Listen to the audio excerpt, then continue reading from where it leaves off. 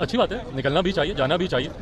जनता के बीच किसी भी जनप्रतिनिधि को, किसी भी नेता को ज़्यादा से ज़्यादा जनता के बीच रहना चाहिए। ऐसे में जब वो यात्रा पे निकले हैं तो यकीनन उनको भी इस बात का अनुभव होगा कि पिछले 17 महीनों में उनकी सरकार ने क्या किया और जनता के बीच वो अपनी बातों को कितना पहुंचा पाए। इस यात्रा से उनकी भी समझ में ये बातें आएंगी।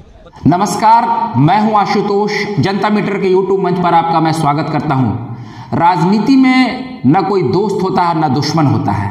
वक्त पड़ने पर पुरानी दुश्मनी भुला दी जाती है और ऐसे भी बिहार की राजनीति में चिराग पासवान और तेजस्वी प्रसाद यादव दो ऐसे युवा चेहरे हैं जिनसे बिहार को खासी उम्मीदें हैं। तो क्या इन दोनों नेताओं के बीच अब दोस्ती हो जाएगी और ये दोनों नेता मिलकर एक नया सियासी समीकरण गढ़ेंगे और बिहार की राजनीति को एक नई दशा और दिशा देंगे? रामविलास पासवान के पुत्र चिराग पासवान और लालू प्रसाद यादव के पुत्र तेजस्वी प्रसाद यादव, दोनों के पिता भी एक अच्छे दोस्त थे। तो क्या अब इन दोनों के पुत्र भी एक अच्छे दोस्त हो जाएंगे और एनडीए छोड़कर चिराग पासवान अब महागठबंधन में आ जाएंगे? हम आपको चिराग पासवान का यह बयान सुनाते हैं और इस बयान के आश्रय हम आपको छोड़े जाते हैं और आप खुद तय कर लीजिए कि चिराग पासवान हाल के दिनों में उनके मन में क्या चल रहा है और नीतीश कुमार के आने के बाद जो उनके एनडीए के भीतर जो उथल पुथल का दौर उनके मन में चल रहा है, इस बयान से आपको स्पष्ट हो जाएगा। तो जरा सुनिए ये बयान।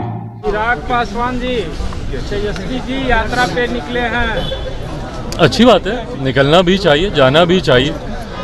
जनता के बीच किसी भी जनप्रतिनिधि को, किसी भी नेता को ज़्यादा से ज़्यादा जनता के बीच रहना चाहिए। ऐसे में जब वो यात्रा पे निकले हैं तो यकीनन उनको भी इस बात का अनुभव होगा कि पिछले 17 महीनों में उनकी सरकार ने क्या किया और जनता के बीच वो अपनी बातों को कितना पहुंचा पाए। इस यात्रा से उनकी भी समझ में ये बातें आएंगी।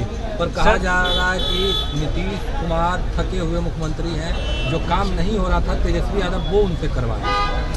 भाई अब कौन थके हुए थे, कौन नहीं थे, कौन किससे काम करवा पाया, नहीं करवा पाया, ज़्यादा समय नहीं है। चुनाव अब लगभग सर पर ही है। इन तमाम बातों का आकलन इन चुनाव में हो जाएगा। जनता से बड़ा तो और कोई नहीं है इन बातों का फैसला लेने के लिए। तो जब हम लोग चुनाव की दहलीज पर हैं तो कौन थके हुए हैं, किसने कार्य किया, किसने कार्य नहीं किया, 17 साल में क्या हुआ, 17 महीने में क्या हुआ, 35 सालों में क्या हुआ, क्या नहीं हुआ, इन तमाम बातों का आकलन जनता के द्वारा इसकी समीक्षा की जाएगी और परिणाम भी जल्द सामने आ ही जाएंगे। सर, आपने 11 प्रभारियों की सूची जारी की है, क्या ये डायरेक्टली मैसेज है एनडीए और बीजेपी? Of course not. किस बात का मैसेज देना है? 11 सीटों पे आप? Of course not. ये 11 वो सीटें हैं जो डेफिनेटली, देखिए जब आप नेगोशिएशंस करते हैं, जब आप सीट शेयरिंग पे जब आप चर्चा करते हैं, बातें करते हैं, तो आप बफर भी रखते हैं। ये नहीं तो इसके बदले ये नहीं तो इसके बदले ये। समीकरण के हिसाब से कई ऐसी सीटें हैं जो आपको लगता है, आपके जनाधार के हिसाब से, आपके संगठन के हिसाब से, जो आपको लगता है कि समीकरण जिसमें आप चुनाव लड़ रहे हैं उसमें वो सीटें आपके खाते में आ सकती हैं, या जो सीटें हैं अगर अदला बदली होती है तो कौन सी आ सकती हैं। और ये तो अभी 11 की ही बात है। बाकी की भी जितनी सीटें हैं, 40 के 40 सीटों पर हम लोगों के लोकसभा, हम लोग के चुनाव प्रभारी उन लोकसभा में जाएंगे।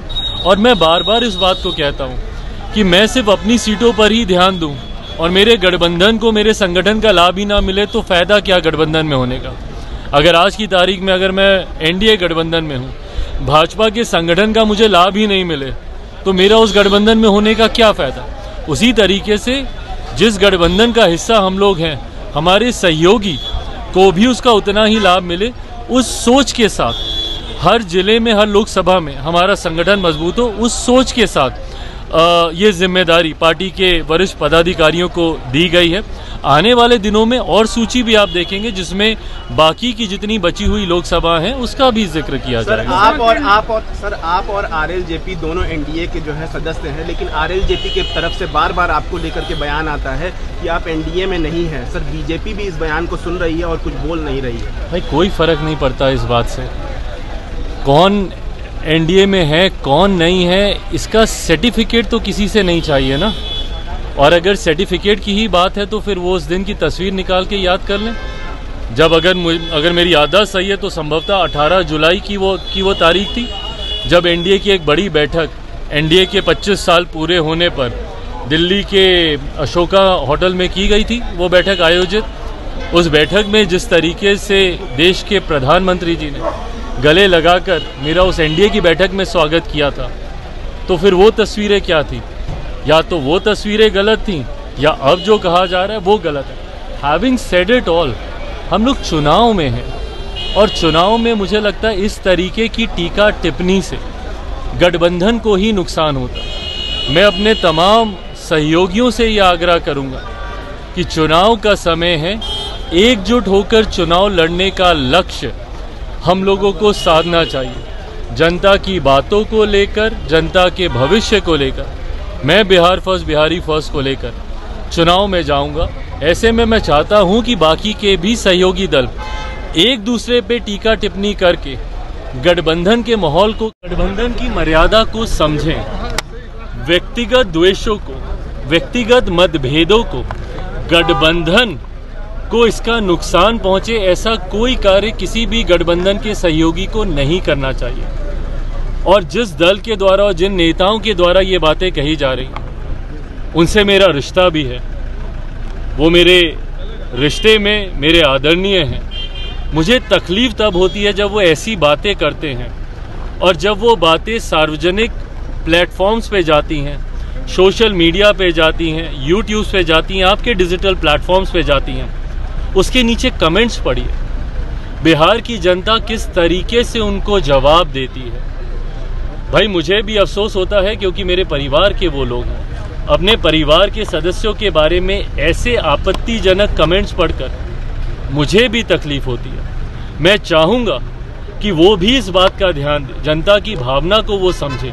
जब वो एक उंगली मुझ पर उठाते हैं, आरोप मुझ पर लगाते हैं, तो जनता जिस तरीके से उनको जवाब देती है कमेंट्स में, वो पढ़ें, जनता की भावना का सम्मान करें, गठबंधन की मर्यादा का ध्यान रखें।